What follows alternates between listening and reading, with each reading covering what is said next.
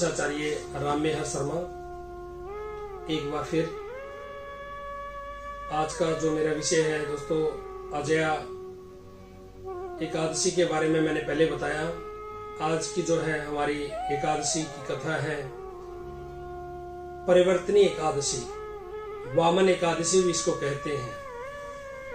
इस एकादशी का महत्व क्या है, इसकी पूजन का विधि विधान क्या है और व्रत कथा क्या है, मैं उससे पहले भगवान विष्णु का स्मरण आपके सामने।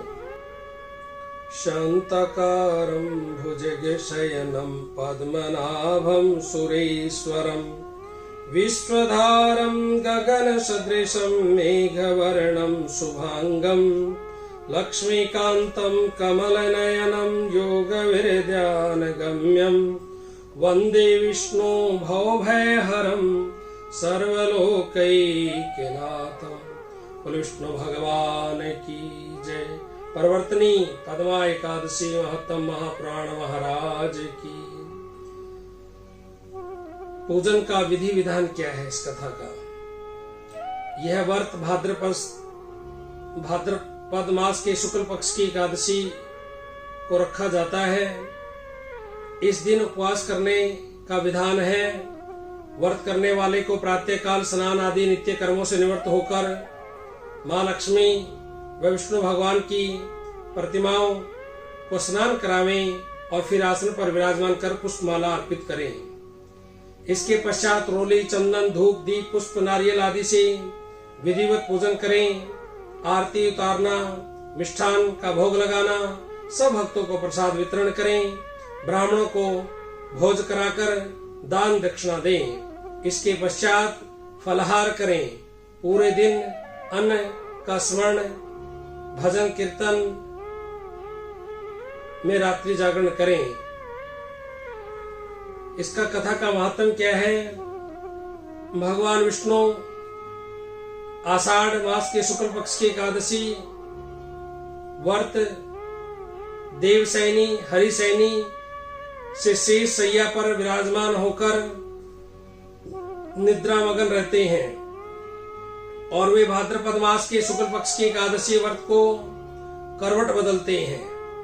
इसलिए इसे परिवर्तनी एकादशी व्रत कहते हैं, क्योंकि करवट बदलने के दौरान भक्त का जागृत रहना उसके लिए फलदायी माना जाता है। इस तरह एकादशी व्रत की रात्रि को जागरण करने का विशेष महत्व बताया गया है। इस व्रत के करने से व्रती अंत में देवलोक जाकर चंद्रमा के समान सुशोभित होता है। यह लक्ष्मी जी व भगवान विष्णु का परम कल्याणकारी आनंदकारी व्रत है। इसके करने से सभी प्रकार के अभिष्ट मनोरथ सिद्ध होते हैं। इस दिन लक्ष्मी पूजन करना श्रेष्ठ माना जाता है, क्योंकि देवताओं ने अपने राज्य को पुनः पाने के लिए महालक्ष्मी जी का पूजन किया था। पापियों का नाश करने में इससे उत्तम कोई दूसरा व्रत नहीं है। इस कथा के सुनने मात्र से सहस्र अश्वमेघ यज्ञ का फल प्राप्त होता है। मित्रों, इस व्रत की कथा क्या है। धर्मराज युधिष्ठिर जी बोले, हे भगवान, भादों की शुक्ल पक्ष की एकादशी का नाम तथा विधि क्या है। इस एकादशी के व्रत को करने से कौन सा फल मिलता है तथा उसका उपदेश कौन सा है, सो सब कहिए। भगवान श्री कृष्ण जी बोले, हे राजश्रेष्ठ, अब मैं अनेक पाप नष्ट करने वाली तथा अंत में स्वर्ग देने वाली भादों की शुक्ल पक्ष की वामन नाम की एकादशी की कथा। इस एकादशी को जयंती एकादशी भी कहते हैं। इस एकादशी की कथा के सुनने मात्र से समस्त पापों का नाश हो जाता है। इस एकादशी के व्रत का फल वाजपेयी यज्ञ के फल से भी अधिक है। इस जयंती एकादशी की कथा से नीच पापियों का उद्धार हो जाता है।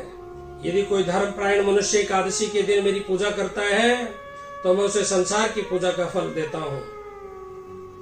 जो मनुष्य मेरी पूजा करता है उसे मेरे लोक की प्राप्ति होती है, इसमें किंचित मात्र भी संदेह नहीं है। जो मनुष्य इस एकादशी के दिन श्री वामन भगवान की पूजा करता है वह तीनों देवता अर्थात ब्रह्मा, विष्णु, महेश की पूजा करता है। जो मनुष्य इस एकादशी का व्रत करते हैं उन्हें इस संसार में कुछ भी करना शेष नहीं रहता। एकादशी के दिन श्री विष्णु भगवान करवट बदलते हैं, इसलिए इसे परिवर्तनीय एकादशी भी कहते हैं। इस पर श्री युधिष्ठिर जी बोले, हे भगवान, आपके वचनों को सुनकर मुझे महान संदेह हो रहा है कि आप किस प्रकार सोते तथा करवट बदलते हैं। आपने बलि को क्यों बांधा और वामन रूप धारण करके क्या लीलाएं की? चातुर्मास व्रत की विधि क्या है तथा आपके शयन करने पर मनुष्य का क्या कर्तव्य है, सो सब विस्तारानुसार पूर्वक आप कहिए। श्री कृष्ण भगवान जी बोले, हे राजन, अब आप पापों को नष्ट करने वाली कथा का श्रवण करो। त्रेता युग में एक बलि नाम का दानव था। वह अत्यंत भक्त, दानी, सत्यवादी तथा ब्राह्मणों की सेवा करता था। वह भक्ति के प्रभाव से स्वर्ग में इंद्र के स्थान पर राज्य करते था। इंद्र तथा अन्य देवता इस बात को सहन न कर सके कि भगवान के पास प्रार्थना करने लगे। अंत में भगवान ने वामन रूप धारण किया। मैंने अत्यंत तेजस्वी ब्राह्मण बालक के रूप में राजा बलि को जीता। इस पर युधिष्ठिर जी बोले, हे जनार्दन, आपने वामन रूप धारण करके बलि को किस प्रकार जीता, सो सब विस्तार पूर्वक समझाइए। श्री कृष्ण भगवान बोले, हे राजन, मैंने वामन का रूप धारण करके बलि से याचना की, हे राजन, तुम 3 पैर भूमि दे दो, इससे तुम्हारे 3 लोक दान का फल प्राप्त होगा। राजा बलि ने ऐसी छोटी सी याचना को स्वीकार कर लिया और भूमि देने को तैयार हो गया।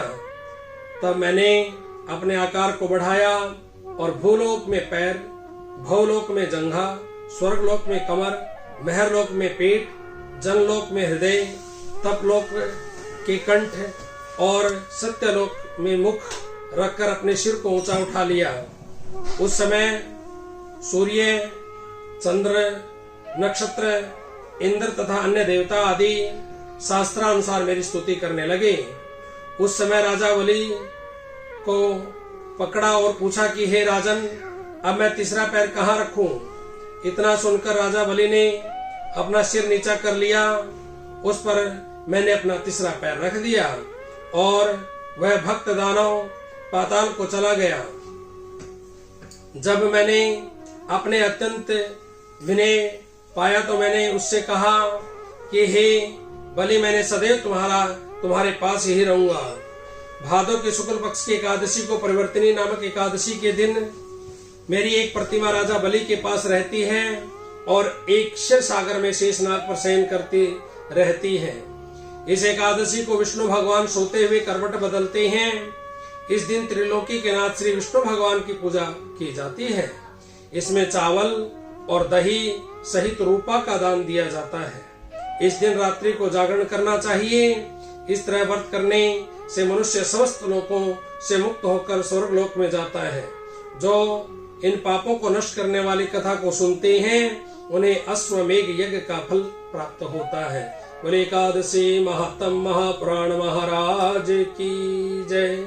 भजमन नारायण नारायण नारायण, श्रीमन नारायण नारायण नारायण, हरे हर नारायण नारायण नारायण, विष्णु नारायण नारायण नारायण।